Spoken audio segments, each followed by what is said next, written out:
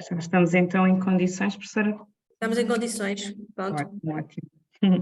Muito obrigada. Bom dia a todos. Em nome do Presidente da APMET, Engenheiro Carlos Iglesias, gostaria de agradecer a presença, gostaria de agradecer também à professora Joana Nogueira por nos ter acolhido também aqui na sua aula e a todos os que estão connosco aqui online. Portanto, hoje vamos falar aqui um pouco sobre a criação de empresas. Eu gostaria aqui de passar rapidamente o que é a APMET, também para quem não nos conhece, não é? Nós somos uma associação de empresas de tecnologias ambientais, já existimos aqui há alguns anos, mais de 30, somos uma organização não governamental de ambiente e também uma organização privada sem fins lucrativos. Nós temos também a certificação da ISO 9001 e também somos uma entidade formadora certificada pela DGERT em 14 áreas, seja na área do ambiente, do marketing, portanto, diversas áreas aqui muito variadas que vocês podem encontrar aqui, muita formação e temos cada vez mais estudantes que acabam por participar também nestas formações, uma vez que são bastante técnicas e depois têm o contacto com colegas que já estão a trabalhar e acaba por ser muito interessante esta partilha. Aqui um bocadinho a missão da APMET, os nossos serviços, não é? Apoio à gestão, apoio à consultoria, apoio técnico, apoio jurídico, formação, a nossa newsletter, os seminários, portanto nós anualmente realizamos muitos eventos na área do ambiente, seja em água, resíduos, energia, ruído e também noutras vertentes. Temos também a nossa newsletter, que podem se registar no site da APMET e receber um bocadinho aqui a nossa informação. Publicações, no site da APMET também podem aceder a várias publicações gratuitas para vocês, seja na área do marketing, seja na área do ambiente, sobre a gestão de resíduos em Portugal, também temos uma sobre o setor da água em Portugal. Conseguem, às vezes, há muita informação dispersa, não é? O que nós fizemos foi também tentar compilar essa informação. Portanto, reutilização da água também recentemente criada. Podem aceder no site da APMET a todas estas publicações. Aqui um bocadinho os projetos nacionais que temos em curso, temos uma plataforma que é o Ambiente Portugal, que é uma plataforma de cooperação e de competição, que também podem encontrar empresas, parceiros, não só na área do ambiente, mas também setores conexos. Temos 2 projetos internacionais, um mais focado na agricultura e outro mais na área da eficiência energética.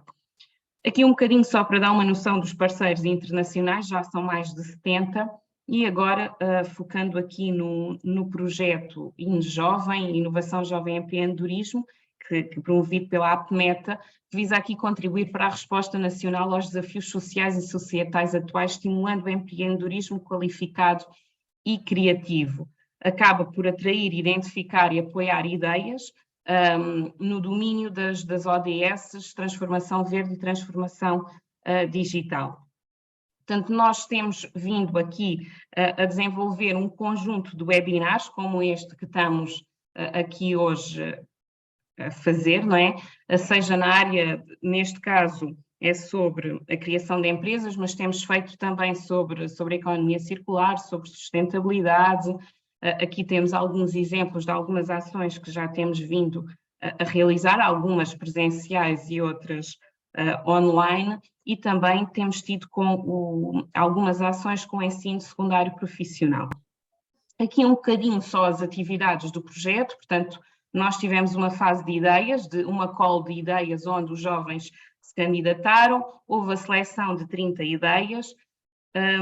Neste momento, decorreu a semana passada, já há 2 semanas, o concurso de ideias para a atribuição de prémios. Fizemos um pitch de 5 minutos, portanto, cada jovem apresentou a sua ideia no modelo Ignite. Vocês podem ver no canal YouTube da APMET, podem rever essas apresentações, que com ideias bastante interessantes, e temos aqui até alguns colegas presentes. Vamos também apresentar no próximo dia 23, que é a sessão de encerramento, vamos apresentar estas brochuras que foram desenvolvidas, que é a caracterização dos perfis de oferta e procura associada à transição verde no cluster das tecnologias ambientais e um roadmap para o empreendedorismo rumo à transição verde. Aqui foi o concurso de ideias, que foi no dia 29 e 31 de maio. Podem rever no canal YouTube, conforme referi, e vamos ter então, no próximo dia 23 de junho, no Isla Gaia, os prémios do InJovem 2.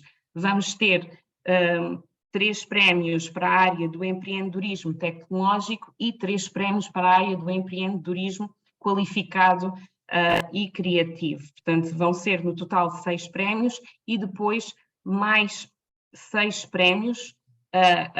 Aí não tem uma ordem para consultoria para aqueles projetos com capacidade de se internacionalizar. Portanto, iremos também dar esses prémios. Muito obrigada aqui pela vossa atenção.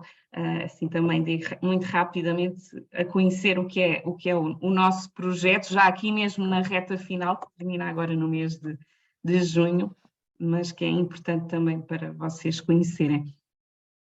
Eu, sem mais demoras, não é? Passava aqui a palavra à doutora Maria do Céu, e fazendo aqui uma breve apresentação, é licenciada em Direito, e doutoranda em Ciências Empresariais, é também formadora e consultora, já desde 96, e especialista nas áreas jurídico-empresarial e comércio internacional. Portanto, a doutora Maria do Céu vai nos dar aqui algumas luzes de como devemos criar a empresa e os pontos-chave também que devemos ter em atenção, não é? Para corrermos aqui Sabemos que há sempre alguns riscos, mas temos que avançar, não é? E aqui vamos todos aprender um pouco, eu também, sobre esta temática. Passo-lhe a palavra. Muito bem, obrigada. Obrigada, doutora Raquel. Obrigada a todos os presentes. Então vamos aqui falar um bocadinho sobre as questões da criação de empresas. A empresa aqui falada como em sentido lato e em sentido económico, porque se passamos para a parte jurídica, digamos, a designação das empresas de uma forma jurídica será as sociedades comerciais, a criação de sociedades comerciais. E o que é que nós temos aqui? Eu quero partilhar aqui a tela convosco, só para irem acompanhando, que é mais fácil. Eu vou-me sempre adiantando aqui aos PowerPoints.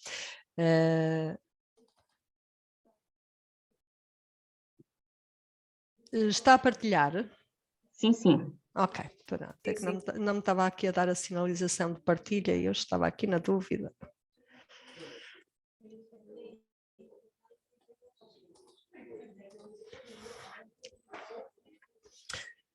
Portanto, em primeiro lugar, o que é que nós temos aqui a pensar antes de partirmos para uma sociedade comercial ou para a constituição de uma sociedade comercial? E temos vários aspectos e vários pontos a ponderar. Em primeiro lugar, a questão do empresário em nome individual. Aliás, tenho aqui em separado, digamos, o empresário em nome individual versus a sociedade comercial. E isto porque quando começamos, digamos, uma ideia de negócio, um projeto, normalmente nós vamos andando e não temos logo a necessidade de estarmos a criar uma sociedade comercial. Quando estamos nas vendas de bens, integra-se a figura do empresário em nome individual, que é distinto do trabalhador independente, ou seja, quem passa os chamados recibos verdes. Quem passa os chamados recibos verdes, o trabalhador independente, no âmbito da prestação de serviços, ou seja, se nós estamos a prestar um serviço, nós temos que estar, e queremos faturá-lo, claro, temos que estar registados na autoridade tributária, nas finanças, como tal.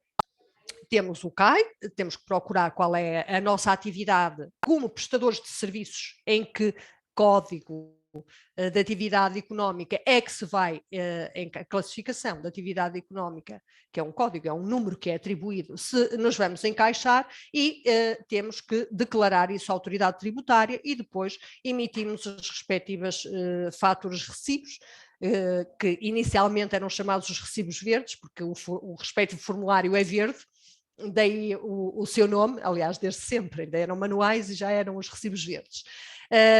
Portanto, no âmbito da prestação de serviços, se somos comerciantes, se vamos comercializar bens, vender bens, produtos, aí encaixamos na figura do empresário em nome individual. Também temos que estar registados e declarar este início de atividade junto da autoridade tributária, portanto das finanças, e a partir daqui podemos emitir faturas. Portanto, a figura do empresário em nome individual é para a transação de bens, para a comercialização. Mas estas duas figuras, empresário em nome individual e trabalhador independente, portanto, como prestador de serviços, integram a atividade no seu património, ou seja, o que é que isto significa? Quando passamos para uma sociedade comercial, nós estamos a criar uma entidade diferente de nós. Estamos a individualizar uma outra entidade diferente de nós, que é a sociedade comercial. E esta sociedade comercial pode ser para comercializar bens, como para prestar serviços. Estamos a criar, volto a repetir, uma figura diferente e independente de nós. Na figura do empresário em nome individual ou do trabalhador independente, o que é que importa aqui nós termos noção? De que todo o nosso património integra também a nossa atividade. Nós não conseguimos individualizar a nossa atividade de nós mesmos, enquanto que na sociedade comercial conseguimos. Portanto, qualquer problema que haja, qualquer dívida que haja resultante da nossa atividade, seja ao Estado, seja a fornecedores, é com o nosso património total e somos nós individualmente, neste caso eu, Maria do Céu, que responderei com todos os meus bens por essas dívidas ou por essas situações. Ou se houver algum problema que decorra da minha atividade, claro que se e atender à atividade em si que eu estou a exercer, eu posso e devo, mesmo operando como na figura, ou como empresária em nome individual, ou como trabalhadora independente, ter os respectivos seguros, claro, para me salvaguardar. Não obstante, todo o meu património, e eu, Maria do Céu, respondo perante qualquer problema que surja da minha atividade como empresária em nome individual ou como trabalhadora independente. Quando eu passo para a sociedade comercial, e na sociedade comercial eu já posso ter, há estes 3 tipos principais de sociedades comerciais: a sociedade unipessoal por cotas, é uma sociedade por cotas, só que apenas tem uma cota e um sócio. As sociedades por cotas, a sociedade unipessoal é mais recente, as sociedades por cotas que admitem e integram mais do que um sócio, portanto no mínimo 2, e a partir daí 3 ou 4 ou 5 ou aqueles que nós entendemos, e as sociedades anónimas, que são sociedades muito mais complexas, são as chamadas sociedades de capitais, em que têm uma estrutura e uma regra bastante mais pesada para quem está a iniciar um negócio, porque temos que ter logo, obrigatoriamente, e como capital social, 50.000 euros. Não temos cotas na sociedade anónima, mas temos ações, portanto o capital é dividido e representado por ações. No mínimo temos que ter 5 acionistas, que são os seus sócios, mas que nas sociedades anónimas se chamam acionistas. Temos que ter 5 no mínimo, e depois a sua estrutura também é mais complexa, ou seja, nós temos que ter uma direção, ou em termos de órgão executivo, uma direção ou uma administração, formada por uma pessoa, ou 3 ou 5, e temos que ter também um órgão fiscal e fiscalizador. Não é bem fiscal, é fiscalizador, com uma atividade de fiscalização da sociedade, que é o ROC, Revisor Oficial de Contas. Portanto, a própria estrutura da sociedade é bastante mais complexa, mais pesada e não será, é uma sociedade que existe, um tipo de sociedade que existe, sem dúvida, mas não será propriamente aquela sociedade que nos vamos focar para o início da atividade. Vamos nos focar, então, nas sociedades por cotas, que é o mais corrente, e na sociedade unipessoal. Quanto à sociedade unipessoal, é a sua forma mais simples, é apenas uma pessoa. O capital social, quer na sociedade unipessoal, quer na sociedade por cotas, e quando falo aqui sociedade por cotas, é a sociedade por cotas plural, com mais do que um sócio, a lei vem dizer, e a última alteração que houve, é que nós podemos ter um capital social de €1. O que é que se oferece dizer quanto a isto? É irrealista nós termos uma sociedade comercial, neste caso a sociedade unipessoal ou a sociedade por cotas, com o capital social de €1. Isto porquê? Porque nós temos logo custos iniciais com a constituição da sociedade. E €1 não é suficiente para nós constituirmos uma sociedade.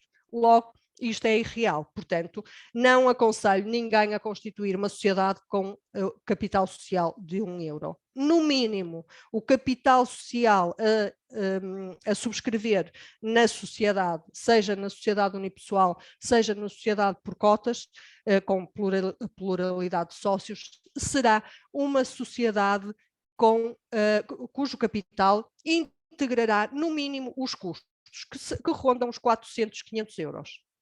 Portanto, nós não conseguimos constituir uma sociedade com um valor, com um custo abaixo disto. E isto porquê? Em primeiro lugar, queria passar aqui para a frente e depois volto aqui atrás, queria-lhes mostrar aqui as fases. Desculpe só uma interrupção. Sim, Se houver sim. aqui perguntas, eu posso, depois a determinada altura, os alunos podem fazer perguntas, caso surjam. Sim, a professora Joana, eu aconselhava a que as perguntas fossem colocadas, interrompam-me, não tem problema nenhum. Se calhar é melhor, porque depois Obrigada. passa e entretanto fica por fazer o esclarecimento e acho que é mais oportuno fazer a responder à questão no momento, sem problema nenhum. Pronto, então estejam à vontade se tiverem alguma dúvida específica relativamente ao que estiver a ser Ou que não falado. estejam a entender o que eu estou a dizer, ou o que é que seja, perfeitamente à vontade. Está bem, obrigada. Assim é mais interativo. Pronto, Sim. não nos consegue ver, eu imagino que seja mais Pois difícil. não, pois Mas não. pronto.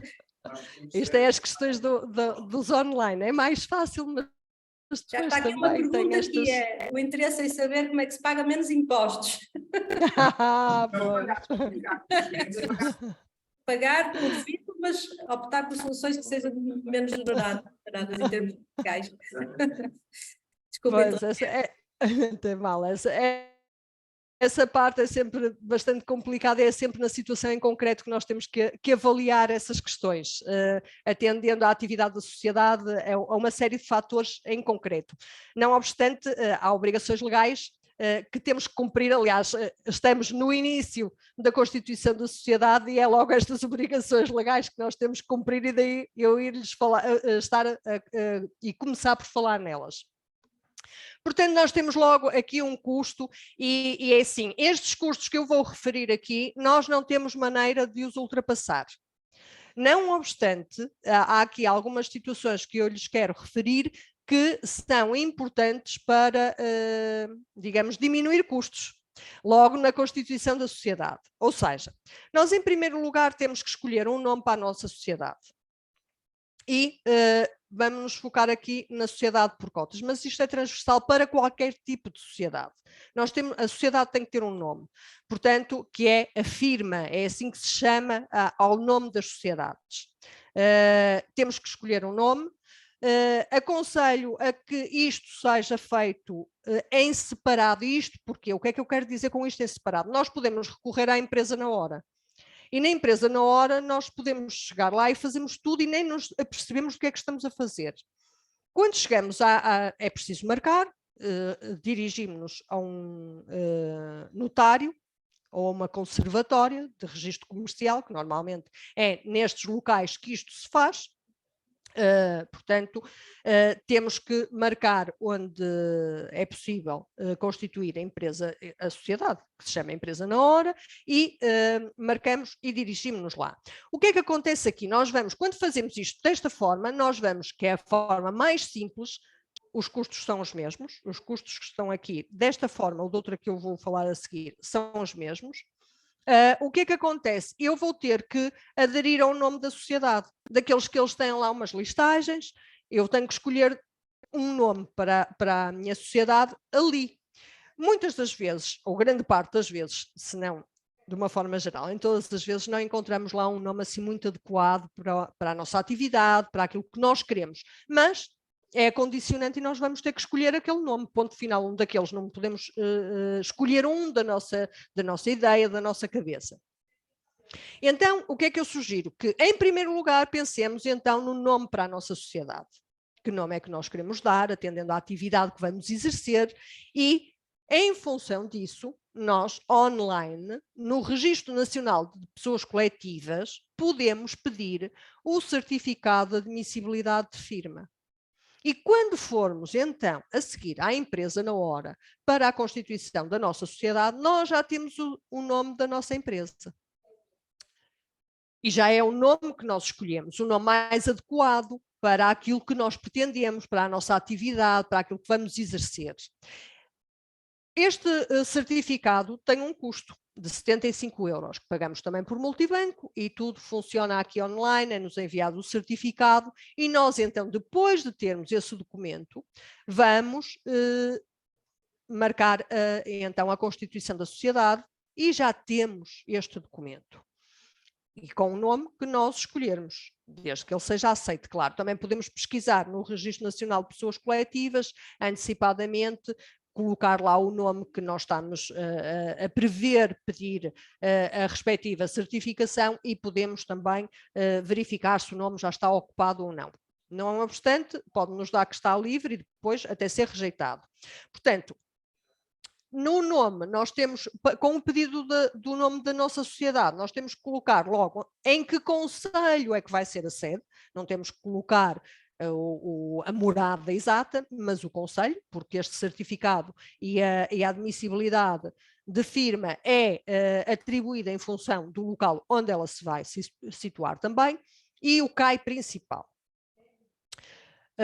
Portanto, nós vamos ver qual é a atividade principal da sociedade, aquela que pretendemos, em primeiro lugar, exercer, procurar o respectivo CAI e fazer então este pedido. Depois de termos este documento, dirigimos-nos então à empresa na hora e vamos constituir a sociedade. Também aqui nós vamos ter um outro documento que nos passa a ser um bocadinho ao lado, porque também o documento está pré-feito lá e nós aderimos àquele documento, que é o Pacto Social ou Contrato de Sociedade. Pacto Social ou Contrato de Sociedade são exatamente a mesma coisa. Então, nós vamos, ele está pré-feito, acrescentam determinados, lá na conservatória, são acrescentados determinados dados, como o nome da sociedade, que nós já escolhemos, neste caso em concreto, e temos o certificado que tem aqui connosco. Portanto, temos já o nome da empresa, já temos que ter aqui a morada, o endereço onde vai ser a sede, o capital social, o montante do capital social, a designação do sócio, no caso da sociedade unipessoal, se tivermos uma sociedade por cotas plural, a identificação dos sócios e das respectivas cotas e o montante das cotas de cada um. Devemos já ter uma conta aberta em nome da sociedade, uma conta bancária. Quando nós temos o certificado de admissibilidade de firma, nesse documento vem a identidade da sociedade, que é o nome, e o número de identificação de pessoa coletiva, digamos que é o número do cartão de cidadão da sociedade. E, de acordo com estes elementos, nós já podemos, aliás, mal tenhamos determinado o nome da sociedade, o número de identificação de pessoa coletiva e a morada da sede, já podemos dirigir-nos a um banco e abrirmos uma conta em nome da sociedade e fazermos o depósito do capital social. Como vamos ter estes custos que estão aqui enunciados, o custo da constituição da sociedade que ronda os 360 euros, números redondos, os 400 euros, mais os 75 do Registro Nacional de Pessoas Coletivas, nós devemos, no mínimo, depositar este valor e depois já vamos pagar estes custos lá na empresa na hora com a conta da sociedade. Importante, quando fazemos a abertura da conta e depositamos lá o dinheiro, que o façamos a título de capital social. Não é porque o sócio faz um depósito na conta bancária da sociedade que automaticamente este valor ou este dinheiro depositado é levado ao capital social. Não é. Nós é que temos que dizer que estamos a fazer um depósito a título de capital social para que o banco também faça e nos dê um documento em como nós fizemos, comprovativo, em como fizemos esse depósito a título de capital social. Para quê? Para que depois contabilisticamente este depósito ou outros que nós façamos posteriormente, porque nós não temos que realizar o capital social todo no momento em que abrimos a conta ou constituímos a sociedade. Nós temos que dizer e mencionar no pacto social ou no contrato de sociedade qual é o montante do capital social. No caso das sociedades unipessoais é um só sócio, portanto é uma cota daquele valor. No caso das sociedades com mais do que um sócio, como é que este capital social está distribuído pelos sócios, portanto o valor da respectiva cota, e se ele está integralmente realizado. O que é que isto quer dizer? Se o capital social está totalmente depositado na conta da sociedade ou vai ser depositado posteriormente e pode ser feito durante um ano, ou seja, ser realizado o capital social no prazo de um ano a contar da data da constituição da sociedade. Depois, no pacto social também, devemos mencionar logo, mesmo na sociedade unipessoal, isto para evitar posteriormente custos, quem é o gerente da sociedade. No caso da sociedade unipessoal, pode ser o sócio da sociedade ou outra pessoa, ou seja, normalmente nós constituímos uma sociedade unipessoal, somos nós o sócio, e somos nós o gerente, mas não obriga a que assim seja. Eu posso ter uma sociedade unipessoal e ter um gerente que é uma outra pessoa, uma terceira pessoa que nada tem a ver com a sociedade. E porquê é que eu devo nomear logo o gerente? Não é obrigatório, mas porquê é que eu devo nomear o gerente logo no pacto social, no momento da constituição da sociedade? Porque a gerência é o órgão. O que é que acontece aqui? Neste caso, o facto de ser o órgão executivo é do conhecimento público, faz parte do registro comercial. Portanto, se eu não nomear logo o gerente quando constituo a sociedade e que vai obrigar ao registro comercial da própria sociedade, eu vou ter a constituição da sociedade sem a nomeação do gerente, vou ter que fazê-lo posteriormente em ata, vou nomear o gerente através de uma ata da Assembleia Geral, que este livro de atas tem que ter todas as sociedades por cotas, todas as sociedades, o livro de atas da Assembleia Geral e o livro de atas da gerência é comum à sociedade unipessoal, apesar de haver um só sócio, e comum às sociedades por cotas plurais. Portanto, estes dois livros de atas têm que existir nas sociedades.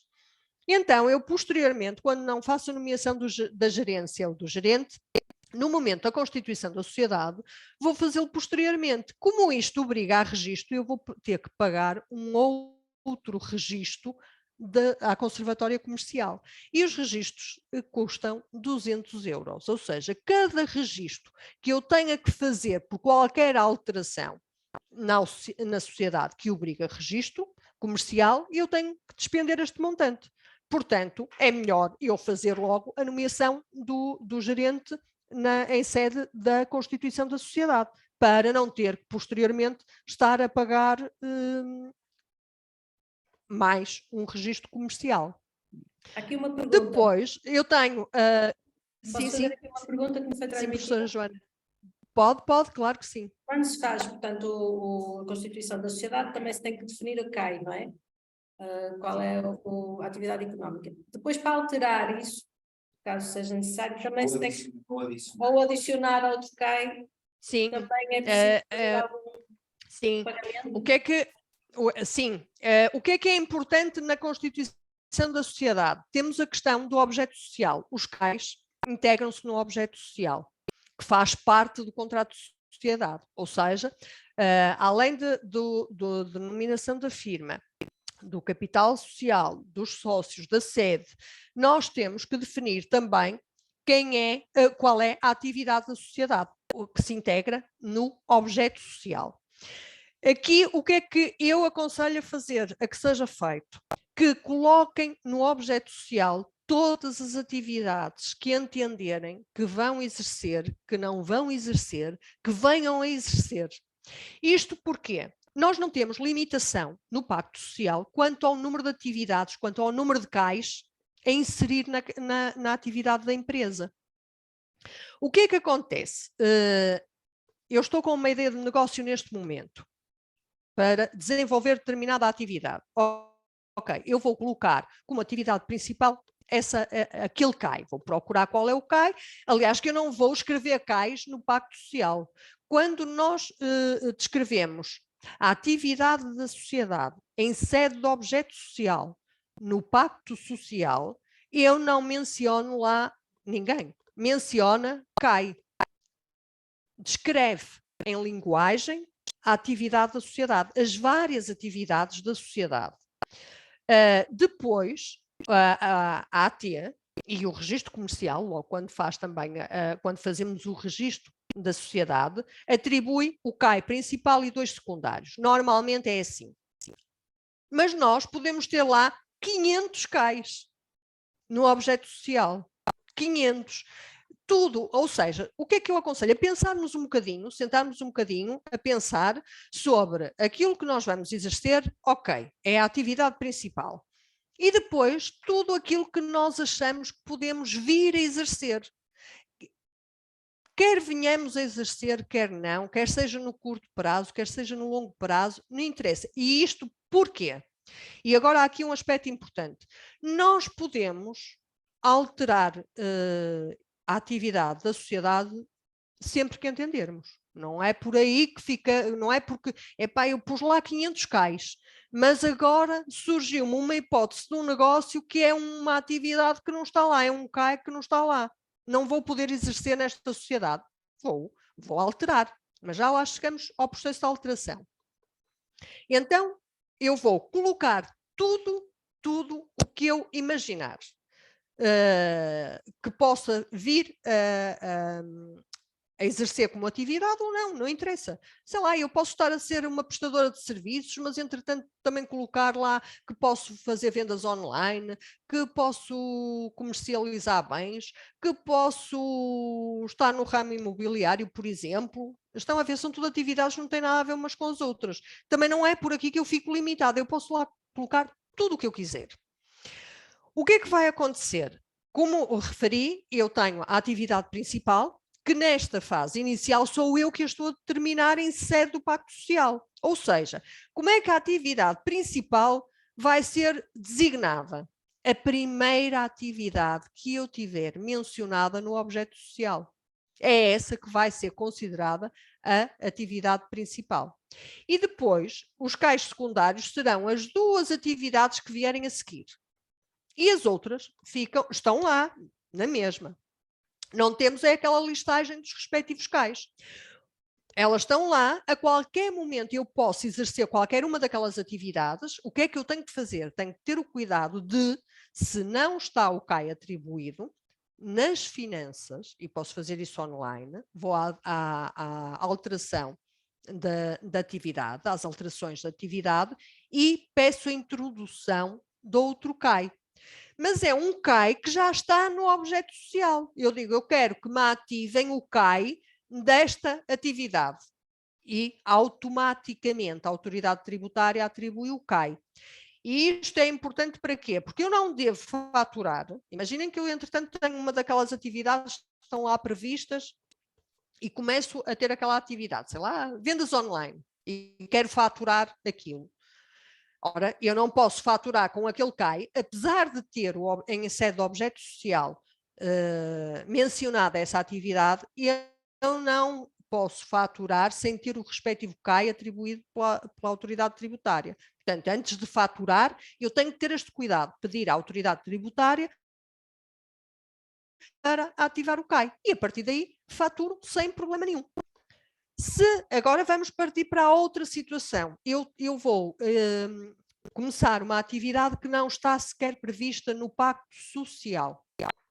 O que é que eu vou ter que fazer? Em primeiro lugar, uma alteração ao Pacto Social. No objeto social, eu vou ter que alterar o artigo do objeto social, acrescentando essa atividade.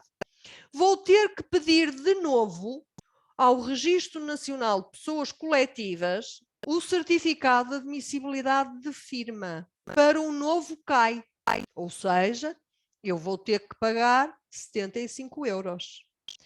Depois de ter alterado o Pacto Social e de ter o certificado de admissibilidade de firma novamente, vou ter que fazer registro na Conservatória de Registro Comercial. Portanto, já tenho aqui 275 € que vou ter que gastar para acrescentar uma atividade.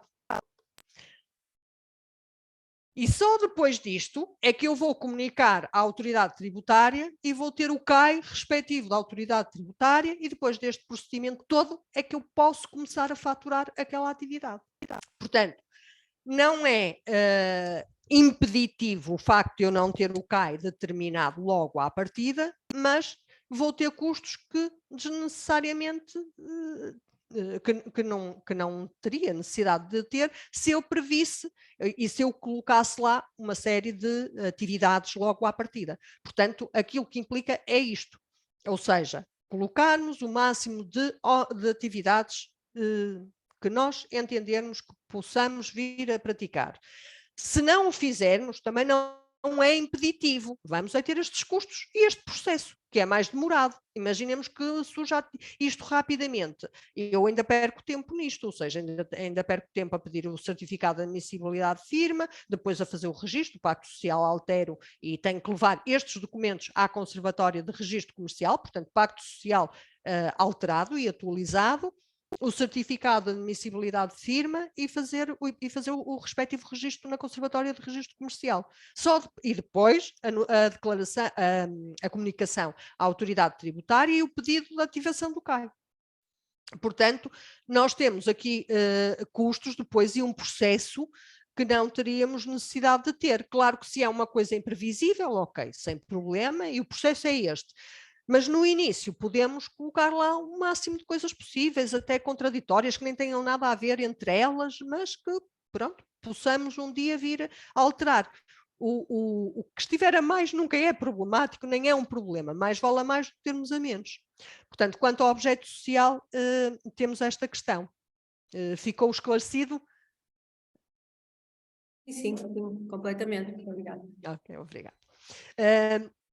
Portanto, temos aqui esta questão a ponderar relativamente ao objeto social e que é importante para diminuir procedimento e custos a posteriori, tal como o que estava a falar, a nomeação dos gerentes. Também não esqueçam que devemos sempre fazê-lo no momento da constituição da sociedade.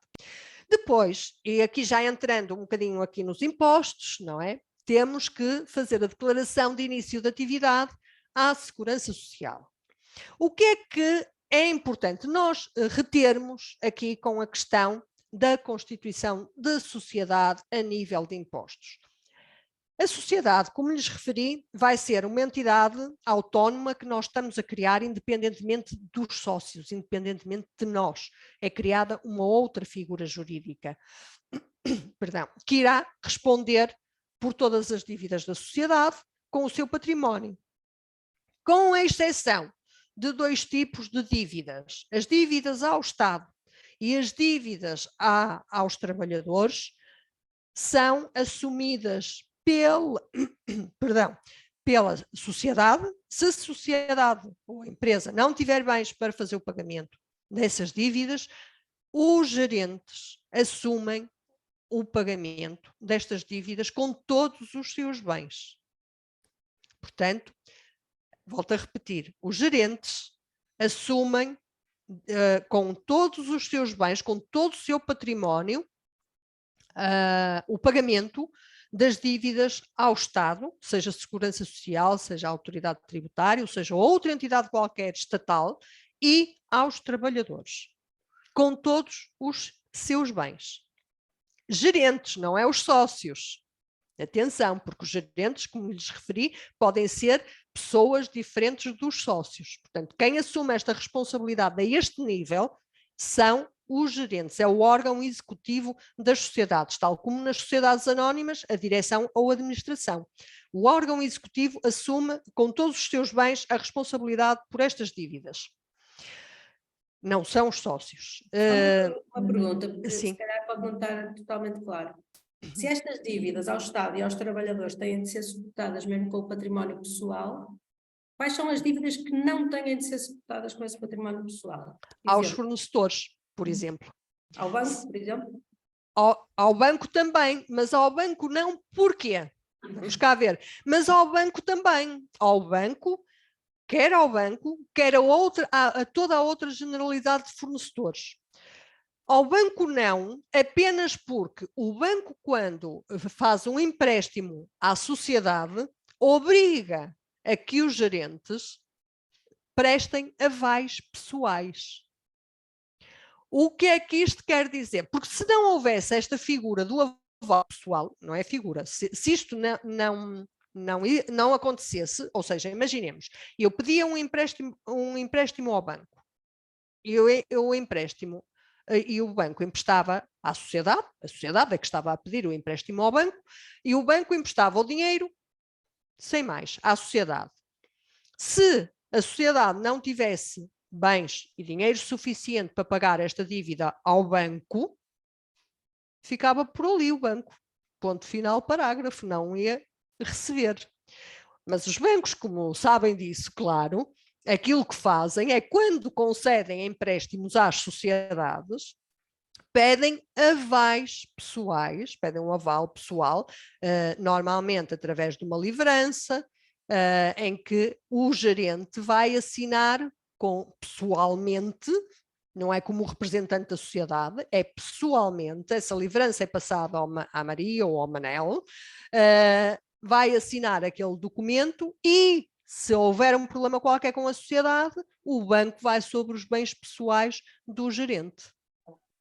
Além do mais, na questão do aval, que é a diferença entre o aval e a fiança, no aval, o banco pode escolher se vai acionar diretamente numa situação de incumprimento, de faltar o pagamento que estiver convencionado para amortizar o empréstimo, ele pode decidir se vai diretamente pedir esse pagamento à sociedade ou à pessoa. Portanto, estão a ver que o banco pode escolher, isto resulta da figura do aval. Na fiança é diferente e os bancos pedem aquilo que é melhor para eles, como é óbvio, porque na fiança, o banco, se fosse uma fiança, na figura do fiador, o credor só pode pedir ao fiador depois de esgotar todo o património do devedor. Ou seja, em termos de obrigatoriedade, o que é que isto significava? Que o banco primeiro tinha que esgotar todas as possibilidades de receber o dinheiro da sociedade e só depois, quando verificasse que não havia essa possibilidade, é que podia pedir este pagamento ao gerente, neste caso, ou à administração, no caso das sociedades anónimas. Mas eles, como sabem disso e não querem toda a sua segurança para agirem rapidamente, não optam pela figura da fiança, mas sim pelo aval. Portanto, é isto que acontece nos bancos. Mas, volto a ressalvar, se isto não acontecesse, os bancos integravam a figura do normal de fornecedores. A sociedade, tendo bens para pagar, paga, não tendo bens para pagar, paciência. Só não é assim com o banco porque eles exigem que seja prestado o aval. O que importa também aqui referir relativamente ao início da atividade, a questão da comunicação à Segurança Social. E começamos logo a pagar mesmo sem rendimento, é isto que lhes queria chamar a atenção. Portanto, estas questões todas são importantes para nós ponderarmos mesmo a questão da constituição de uma sociedade unipessoal. Não obstante, nós também podemos integrar cá todos os custos e abater estes custos a nível de imposto. Depois de IRC, porque as sociedades são tributadas, o imposto, nós pagamos IRS, o imposto sobre o rendimento das pessoas singulares, as sociedades pagam IRC, o imposto sobre os rendimentos das pessoas coletivas. E aqui, quanto ao inicial, já lá vamos aqui ao IRC, mas quanto a esta fase inicial, portanto, nós temos a declaração de início de atividade, logo mal é registada no registro comercial, a sociedade, a declaração de início de atividade à autoridade tributária e à Segurança Social. A declaração de início de atividade relativamente à autoridade tributária já é automática em termos do registro comercial. É feito o registro comercial e é logo comunicado à autoridade tributária. Quanto à Segurança Social, nós temos que fazer essa comunicação e, numa fase inicial, os gerentes não têm remuneração, normalmente. Não obstante, mesmo sem remuneração, o que é que nós temos que fazer para termos este estatuto junto da Segurança Social? Temos que fazer uma ata da Assembleia Geral a determinar que a gerência não é remunerada. E temos que enviar esta ata para a Segurança Social. E a Segurança, mesmo assim, nós temos que pagar contribuição mensal à Segurança Social. Ou seja, nos casos em que a gerência não é remunerada, há o pagamento à Segurança Social sobre o salário mínimo nacional. Ou seja, eu não tenho remuneração nenhuma, nem salário mínimo, nem nenhum salário, nem coisa nenhuma, mas à Segurança Social, todos os meses, eu vou ter que pagar a respectiva contribuição como se estivesse a receber um salário mínimo nacional. Ou seja, eu vou ter logo um custo mensal, que vou ter que pagar todos os meses à Segurança Social, sobre o gerente nomeado, e reparem, se eu tiver mais do que um gerente, estão a ver aqui às vezes que nas sociedades por cotas com mais do que um sócio, os sócios querem todos ser gerentes, e depois os custos que temos por cada gerente, eu vou ter que pagar, neste momento, o salário mínimo, sobre o salário mínimo, são 224 euros que tenho que pagar de contribuição à Segurança Social todos os meses. Se eu tiver mais do que um gerente nomeado, eu vou ter que pagar 224 euros vezes o número de gerentes. Portanto, como é que, e por vezes acontece nas sociedades unipessoais, ou até nas sociedades plurais, nas sociedades por cotas com mais do que um sócio, e por vezes acontece isto na prática, ou seja, imaginemos que eu tenho uma sociedade unipessoal, mas estou a trabalhar por conta de outrem ainda. Eu já tenho a minha sociedade, já estou a iniciar os primeiros passos no meu projeto, no meu negócio, mas ainda estou a trabalhar numa empresa, numa outra empresa, tenho um salário e pago contribuições todos os meses para a Segurança Social. Se a condição for esta, eu devo fazer, além da ata que envio para a Segurança Social, dizer que a gerência não tem remuneração, identifico que o gerente ou a gerente, além de não ter remuneração na sociedade, já efetua o pagamento de contribuições através da sociedade X e identificar. Então, nesta situação, e só nesta situação, é que os gerentes ficam dispensados de fazer o pagamento à Segurança Social. Ficam com pagamento zero. Mas só nesta situação. Portanto, que isto não é o mais comum. Mas acontece. E só nesta situação é que não há pagamento nenhum. Senão, qual? Eu não percebi essa. Qual é a relação? Qual é? Qual é a relação? Como? Sim. acabou de dizer. Se eu estiver a trabalhar numa outra empresa, imaginem que eu trabalho numa empresa, sou trabalhadora numa empresa qualquer. E, entretanto, constituí uma sociedade unipessoal, certo? E sou gerente da minha sociedade unipessoal. E então, eu como gerente não tenho remuneração, estou no início da sociedade, não tenho remuneração. Vou pedir, vou fazer a ata a dizer que a gerência não tem remuneração. E vou enviar esta ata para a Segurança Social e comunicar isto. A parte disso, comunico que eu, Maria do Céu, estou a trabalhar na empresa X e a pagar contribuição através desta empresa. E aí fico isenta de, na minha sociedade, pagar qualquer contribuição para a Segurança Social. Muito bem. Se for reformado, Se for reformado, tem que pagar os descontos na mesma para a Segurança Social. ou seja, escrito, mas depois. Bem. Porquê? Porque não está a fazer descontos nenhuns e é assim, se eu sou reformada, mas estou a exercer uma atividade e uma atividade que é tributada em sede de Segurança Social, como é o caso, claro, eu tenho que pagar na mesma para a Segurança Social.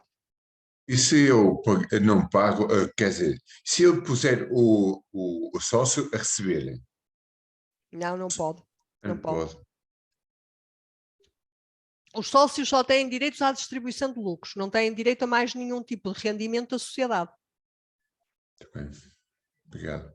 Uma pergunta também daqui, que é, quem faz os descontos através da função pública? Sim. Através Pronto, já faz descontos. já pode pedir essa isenção? Já pode pedir isenção, exatamente. Porquê? Aqui o que se evita é a duplicação de contribuição. Se eu já faço contribuição, se eu já pago contribuição de uma determinada forma, não vou fazer da outra.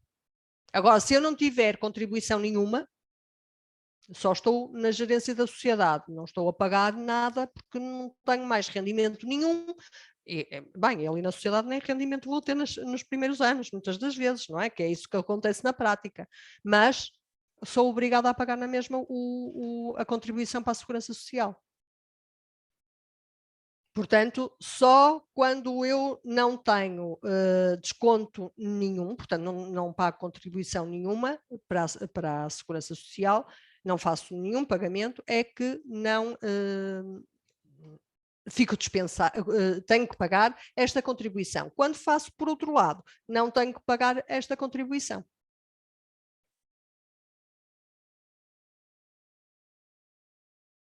Alguma questão mais, professora Joana? Há aqui uma pergunta que eu vou pedir aqui ao Lino para vir aqui colocar.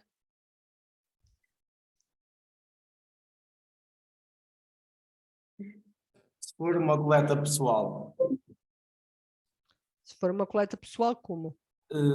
e se estiver a trabalhar noutra empresa, também tem bonificação nesses descontos? Ou tem na mesma que fazer descontos das duas partes? Se tiver a fazer o pagamento como prestador de serviços, é isso que Sim, quer dizer? por exemplo, sim. Não, aí nesse caso não. Ou seja, se já está a fazer a pagar uma contribuição como prestador de serviços, não vai pagar outra vez em duplicado, sendo gerente desta sociedade. Obrigada. Portanto, não há a duplicação.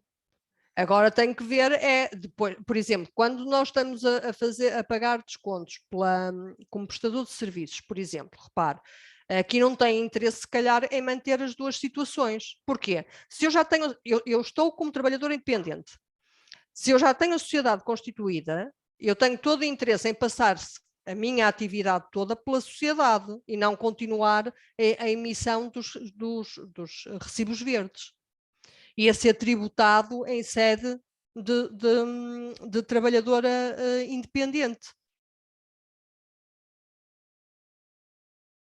A questão é essa, ou seja, se eu constituo a sociedade, eu não tenho interesse, à partida, não estou a ver, em manter as duas situações. Porque, olha, vou ter logo uma carga de impostos em duplicado. Portanto, ao constituir a sociedade, eu vou querer transportar para a sociedade a minha atividade, aquela que eu poderei fazer como trabalhador independente, ou seja, essa atividade eu vou incluí-la também no objeto social da sociedade e vou passar a praticar essa atividade através da sociedade e não em nome da Maria do Céu.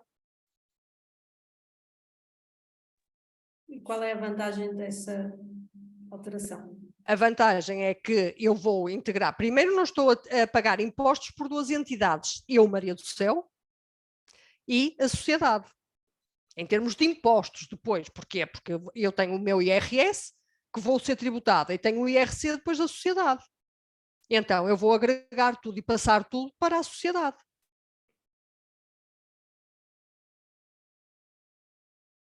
E a vantagem passa por aí. Não estou a criar, não estou a assumir eu responsabilidade total perante aquela atividade com os meus bens pessoais. Então, se eu criei a sociedade, vou transportar tudo isto para a sociedade. Ok, obrigada. Aqui uma questão que eu lhes queria falar e não deixar de falar nisto para as sociedades plurais, sociedades por cotas plurais, e que é fundamental. Quando estamos várias pessoas a trabalhar num projeto, o que é que acontece? Acontece que nós vamos tendo ideias de negócios em conjunto, uma ideia, um projeto, vamos avançando, vamos decidindo, mas sempre avançando, para a constituição de uma sociedade. E não nos sentamos para discutir e conversarmos todos sobre a sociedade em si, sobre o que é que cada pessoa tem a dar à sociedade, sobre a forma de trabalhar em sociedade, como é que vai ser distribuído vão ser distribuídas as tarefas, de acordo com a ideia que for, o negócio que for, o contributo de cada um para a sociedade e aquilo que cada um pretende retirar da sociedade. Isto é absolutamente importante e fundamental que seja feito. E seja quando estamos no âmbito do empreendedorismo jovem, seja a que nível for do empreendedorismo, porque há imensos problemas na prática que resultam de sociedades que são constituídas sem isto e que depois dão imensos problemas. E na realidade é que depois de uma sociedade constituída, não é fácil de nós deixarmos e dizermos, pronto, ok, agora isto não está a correr lá muito bem, vai cada qual à sua vida. E isto é tudo assim, até pode ser, quando não há conflitos entre as pessoas. O problema é quando surgem conflitos entre as pessoas que não se entendem. E quantas vezes morrem ideias, morrem projetos, logo, digamos que há nascença, porque as sociedades estão constituídas e no âmbito do empreendedorismo jovem isto acontece com frequência, o que não, com frequência, mas algumas vezes, não é assim com tanta frequência, mas acontece. Nós aqui trabalhamos muito com empreendedorismo e muitas das vezes, aliás, temos uma situação em que, mesmo com todo o apoio, não resultou, porque também não havia força suficiente e afirmação suficiente para que resultasse e para que se impusessem determinadas regras entre todos, e o que aconteceu foi que era um projeto fantástico e ele morreu logo à nascença. Portanto, o projeto não se desenvolveu e a pessoa continua com a ideia, pelo menos isso, e teve todo o apoio para se precaver e se prevenir quanto à ideia e guardá-la o mais possível para não ficar sem ela, porque senão até isso acontece. E passando aqui para a parte prática e concreta desta situação, destas situações que acontecem na prática, e não acontecem só com jovens, acontecem em fases posteriores da nossa vida. quando constituímos sociedades. Porque, pronto, vamos falando do negócio e é o negócio, e depois constituímos a sociedade e depois temos as surpresas. Porquê? Ou porque a outra pessoa só tinha, e na cabeça dela ela só pensou que ia ter 3 horas por semana, por exemplo, para alocar à sociedade. Mas eu que nem nunca falei com ela e que até tenho 12 horas por dia para estar todos os dias no negócio, achei que a outra pessoa ia estar da mesma forma, quando na cabeça da outra pessoa nunca foi isso que ela pensou. Mas nós nunca conversamos sobre isso. Então constituímos a sociedade e a seguir deparamos-nos com esta situação. Temos logo um conflito. Porquê? Porque alguém está a 12 horas, a outra está a 3 e até estava tudo certo. Se isto tivesse conversado e entendido e aceito por todos o que é que cada um tem para dar para a sociedade. Agora, o conflito nasce porque nada disto é conversado, é falado, e depois é uma surpresa, tipo, então eu agora estou aqui a trabalhar 12 horas por dia e a outra pessoa, nem cá põe os pés, nem aparece, e temos logo uma chatice. Portanto, e nós até podemos chegar à conclusão de que não vamos trabalhar em sociedade. Podemos estar todos no negócio e todos a desenvolver uma ideia, mas podemos encontrar outras formas de trabalhar, em parcerias, em pagar o trabalho que é desempenhado, o que for. Mas é importante aferirmos isto, tal como também é aceitável que o sócio A tenha para contribuir para a empresa com 3 horas por semana, mas se para mim é importante, aquelas 3 horas são importantes, isso está definido. E, portanto, não há surpresa nem vai haver um conflito, porque está perfeitamente entendido e claro, lá está, o que é que cada um vai fazer na sociedade, de que forma, e também aquilo que pretende retirar da sociedade, porque todos nós temos um objetivo, não é só dar para a sociedade, também estamos lá para alguma coisa, não é só para dar, mas também para receber. Portanto, estas questões devem, antes de decidirem constituir uma sociedade, serem faladas. E isto deve ficar irretido por todos para toda a vida, seja em que momento da nossa vida que nós estejamos a pensar constituir uma sociedade com outras pessoas. Devemos sempre precaver-nos disto. Este momento para reunirmos com os nossos potenciais sócios e discutir estas questões são fundamentais e têm que acontecer para evitar o mais possível conflitos a posteriori. Depois, outra situação também que queria ressalvar e recomendar-lhes é com a questão dos registros de marcas. Normalmente, não tanto há diferença entre o registro de marca e o registro de patente. O registro de patente é para uma produção, é para a produção de determinado produto, é o processo de produção que fica registado. Mesmo nestes processos de produção devemos ter algumas cautelas, ou seja, nos registros de patentes não darmos a conhecer, haver sempre uma maneira de ficarmos com alguma parte que é só do nosso conhecimento, não dar a conhecer a totalidade, digamos, por incrível que isto pareça, da totalidade do processo produtivo, para que não seja do conhecimento de outras pessoas, e há que ponderar também esta questão dos registros, porque o registro da patente também tem que ser ponderado. Reparem, a Coca-Cola não tem um registro de patente, nem nunca teve, e não há ninguém que consiga imitar a Coca-Cola. Portanto, todas estas questões também temos que avaliar e ponderar na situação em concreto. Quanto às marcas, que é o mais comum, portanto são processos mais simples, que têm custos também, o que é que nós devemos ponderar relativamente às marcas? Ao registro da marca. Temos que pensar, e isto relacionado com a constituição da sociedade. Imaginemos que nós estamos 4 pessoas ou 3 pessoas que vamos constituir uma sociedade. A ideia é minha. Estamos a trabalhar em conjunto, mas aquela ideia é minha.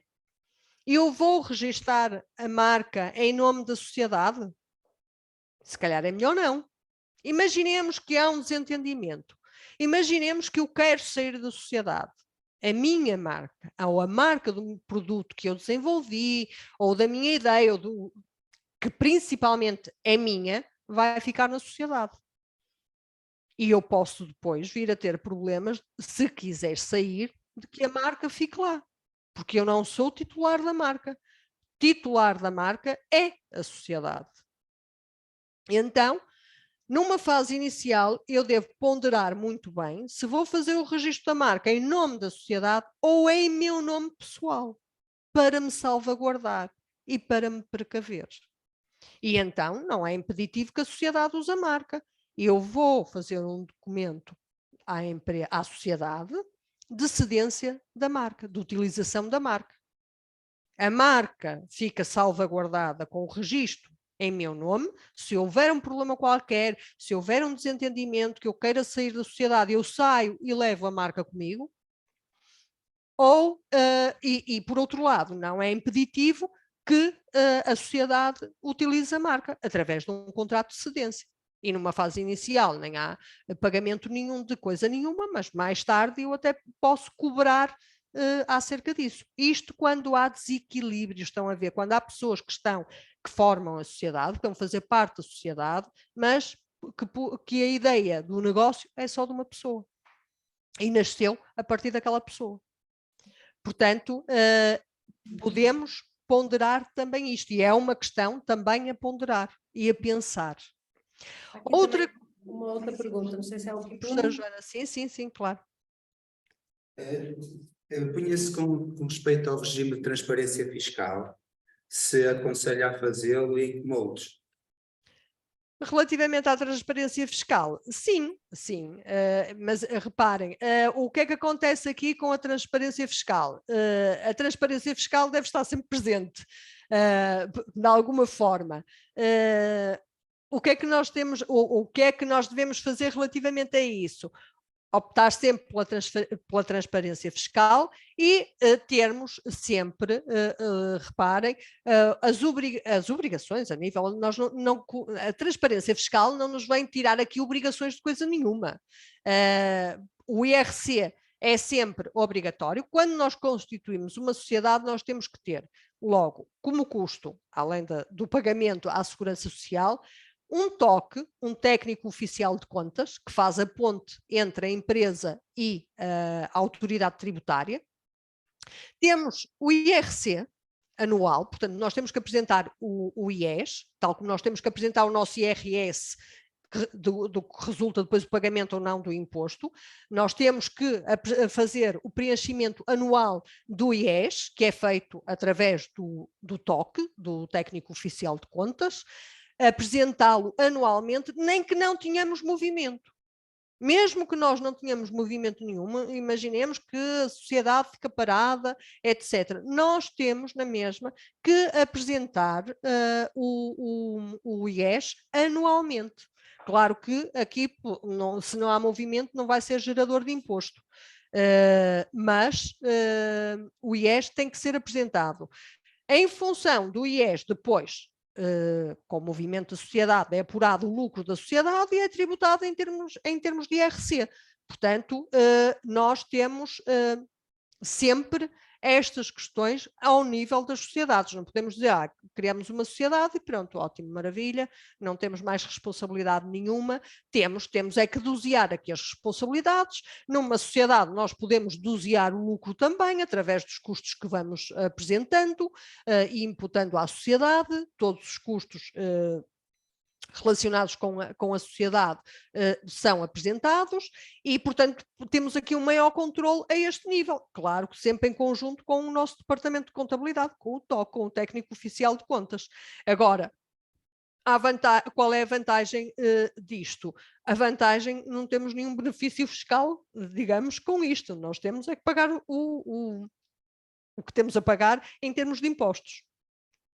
Depois, claro que a nível da constituição de sociedades, estamos aqui a falar de uma forma básica, transversal e genérica, mas podemos ter determinados licenciamentos, isto é transversal a qualquer tipo de atividade, é os passos que nós temos que ter e que passar para constituirmos uma sociedade. Não obstante, depois, de acordo com a atividade em específico, podemos ter determinada legislação que é aplicada àquela atividade, que nos obriga a determinados licenciamentos que nós temos que ter, etc. Mas isso temos que ver sempre o caso em específico, caso a caso.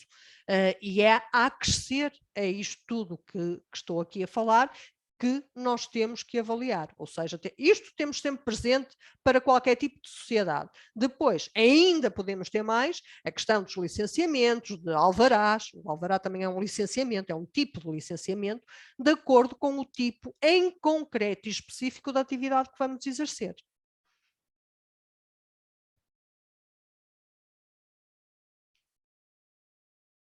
Obrigada.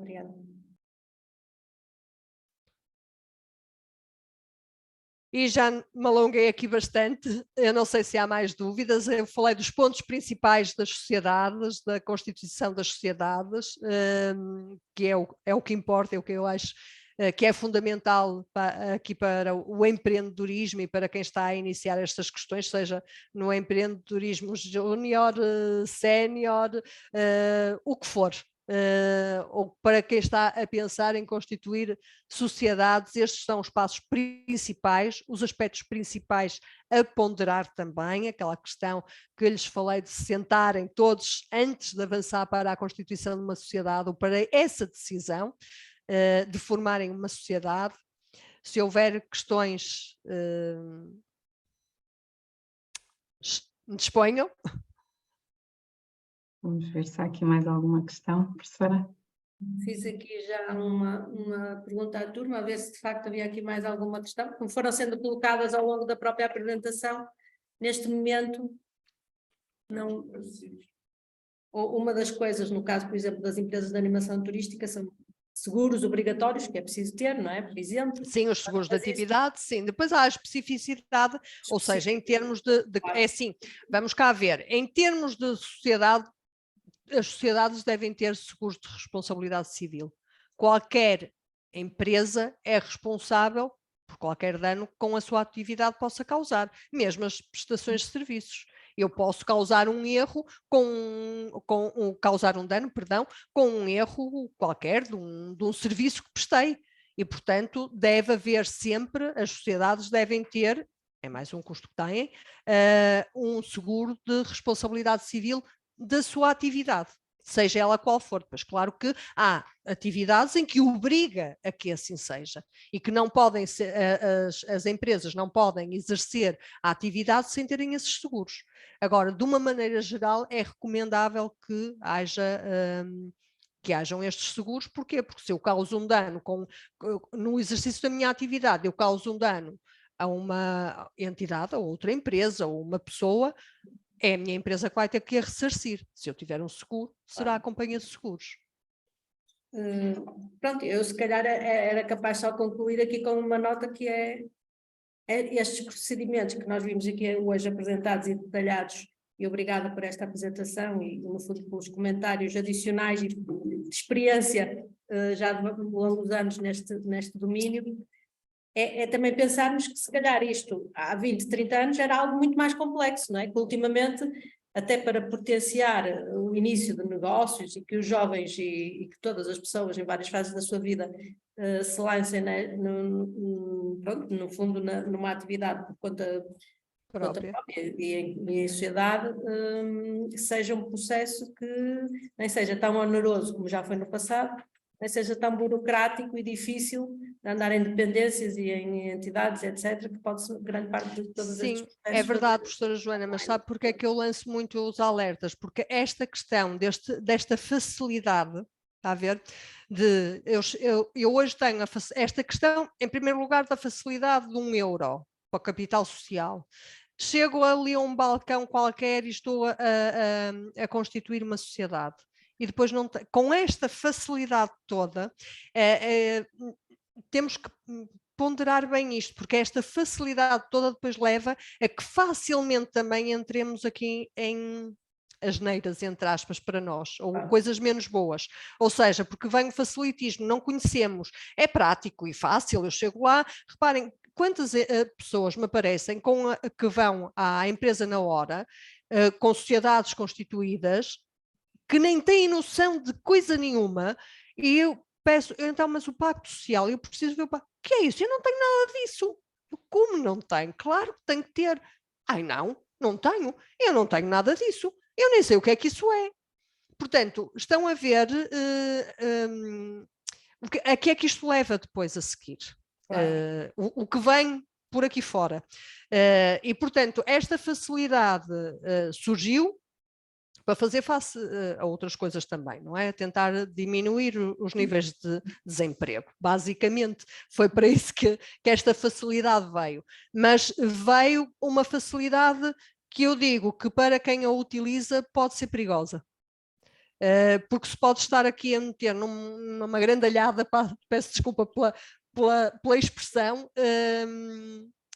de uma forma completamente inconsciente, pelo facilitismo. Claro que nem uma coisa nem outra, mas depois também não temos este esclarecimento lá está, nas entidades a que nos dirigimos. Vamos a um balcão da empresa na hora, ninguém nos explica nada destas coisas. Ou minimamente o que é que estamos ali a fazer, que documentos é que estamos a assinar, que cuidados é que devemos ter. Não, eles apresentam-nos ali um documento, retificam e está a ver. E isto acontece, as pessoas nem noção têm de que acabaram de assinar um pacto social. Pois, obrigado também por esse alerta e acho que pronto, ficou bem percebido, sim. Desta parte aqui não há dúvidas, mas muito obrigada. Ótimo. Obrigada, muito obrigada a todos, então. Obrigada também por nos acolher, professora Joana, na sua turma e a todos aqui os presentes. Não havendo aqui mais questões, não é? Eu convidava a todos, se tiverem disponibilidade, também irem ter connosco no dia 23 de junho ao Isla Gaia. Portanto, nós vamos ter a sessão de encerramento aqui do nosso projeto.